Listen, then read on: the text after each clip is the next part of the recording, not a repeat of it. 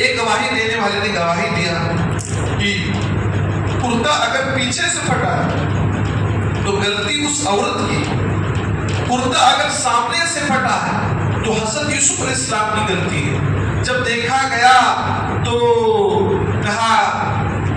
دیکھا گیا کہ کرتا پیچھے سے پھٹا ہے، وہ عزیز مصر سمجھ گیا۔ حضرت یوسف علیہ السلام نے کہا ٹھیک ہے اس کو اگنور کرو، اپنی بیوی سے کہا تم اللہ سے معافی مانگو۔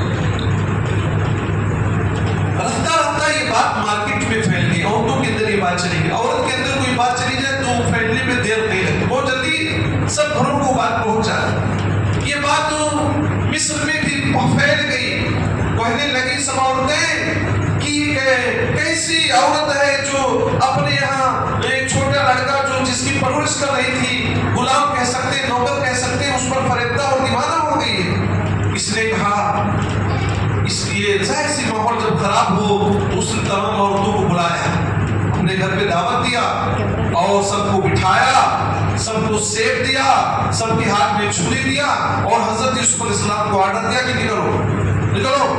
حضرت یوسف علیہ السلام جب نکلے تو وہ عورتیں حیران ہو گئی اور کہنے لگی کہ یہ تو انسان محسوس ہوتا نہیں ہے، یہ تو کوئی فرشتہ معلوم ہوتا ہے، اتنا خوبصورت یہ کوئی انسان نہیں ہو سکتا ہے، یہ کوئی فرشتہ ہی ہوگا۔ ایسے مولا بہت سارے لوگ چیزوں کے بارے میں سوچتے ہیں کہ یہ تو کیا بھائی دنیا کی کوئی مخلوق نہیں لگتی ہے، یہ کوئی پری جیسی مخلوق ہے۔ تو بہرحال اس عورتوں نے یہ بات کہی اور اپنی انگلیوں کو کاٹ لیا، اپنی انگلیوں کو کاٹ لیا۔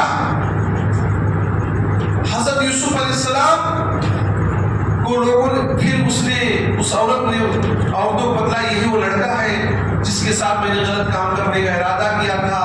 پھر اس نے حضرت یوسف علیہ السلام کو مجبور کرنا چاہا کہ غلط کام کرو نہیں تو انجام اچھا نہیں ہوگا۔ اللہ تعالیٰ سے حضرت یوسف علیہ السلام نے دعا کہ اللہ تعالیٰ جیل میرے نزدیک زیادہ پسند ہے، اس جرم سے، اس گناہ سے، اس بدکاری سے، اس غلاظت والے کام سے، اے اللہ جیل مجھے پسند ہے، جیل مجھے بھیج دے، میں یہ جرم یہ گناہ نہیں کر سکتا۔ چنانچہ حضرت یوسف علیہ السلام کو قید خانے کے اندر ڈال دیا گیا۔ حضرت یوسف علیہ السلام قید خانے میں جب داخل ہوئے تو وہاں پر دو قیدی اور بھی آئے ہوئے تھے۔ دو قیدیوں میں سے ایک قیدی نے خواب دیکھا کہ وہ شراب نچوڑ رہا ہے، اور ایک قیدی نے یہ خواب دیکھا کہ اس کے سر پہ روٹی ہے، اسے پرندے کھا رہے ہیں، اسے کوا وغیرہ پرندے وغیرہ کھا رہے ہیں۔ حضرت یوسف علیہ السلام سے اس خواب کی تعبیر پوچھا۔ حضرت یوسف علیہ السلام نے موقع کی مناسبت کو سمجھا اور اس موقع کا فائدہ اٹھانا چاہا، کہا اے میرے دونوں قید خانہ کے ساتھیوں، تمہارے کھانا آنے سے پہلے میں تمہارے اس خواب کی تعبیر بدلا دوں گا۔ یہ میں بدلا دوں کہ میں ایسی قوم کو چھوڑ کر آتا ہوں جو شرک کر رہی تھی، اور میں اپنے باپ ابراہیم، اسماعیل اور یعقوب کے دین پر ہوں۔ کیا ایک اللہ بہتر ہے یا متفرق بکھرے بکھرے معبود بہتر ہیں؟ ایک اللہ کی عبادت کی جائے یا غیر اللہ کی عبادت کی جائے؟ انہیں قید کے ساتھیوں کو حضرت یوسف علیہ السلام نے توحید کی دعوت دی۔ انسان مسلمان کہیں بھی رہے اپنی مشن کو جاری رکھے، توحید کا پرچار کرتا رہے، دین کی تبلیغ کرتا رہے۔ حضرت یوسف علیہ السلام قید خانے کے اندر بھی توحید کی تبلیغ و پرچار کرتے۔ اس کے بعد حضرت یوسف علیہ السلام نے کہا دیکھو جو شراب نچوڑ رہا وہ یہاں سے چھوٹ کر جائے گا اور اپنے مالک کو شراب پلائے گا، اور جس کے اوپر روٹی تھی اس کو سولی پر لٹکا دیا جائے گا، اور سولی پر لٹکا دیا جائے گا، اسے پرندے کھا لیں گے۔ جس کو کہا تھا تم بچ جاؤ گے، اسے کہا تھا جب تم یہاں سے چھوڑ کر جانا تو اپنے بادشاہ کے ہاں میرا ذکر کرنا۔ یہ گیا اور بادشاہ کے ہاں گیا تو ذکر نہ کر سکا، بھول گیا، باتوں کو بھول گیا۔ بادشاہ نے خواب دیکھا 7 موٹی موٹی گائیں ہیں، 7 دبلی پتلی گایوں کو کھا رہی ہیں، 7 ہری ہری بالیاں گیہوں کی بالیاں، 7 ہری ہری گیہوں کی بالیاں 7 سوکھی ہوئی بالیوں کو کھا رہی ہیں۔ بادشاہ نے اپنے حوالی سے، اپنے جاننے پہچاننے والوں سے خواب کی تعبیر پوچھا۔ ان لوگوں نے کہا یہ پریشان کن خواب ہے، اس خواب کی کوئی تعبیر نہیں۔ وہیں پر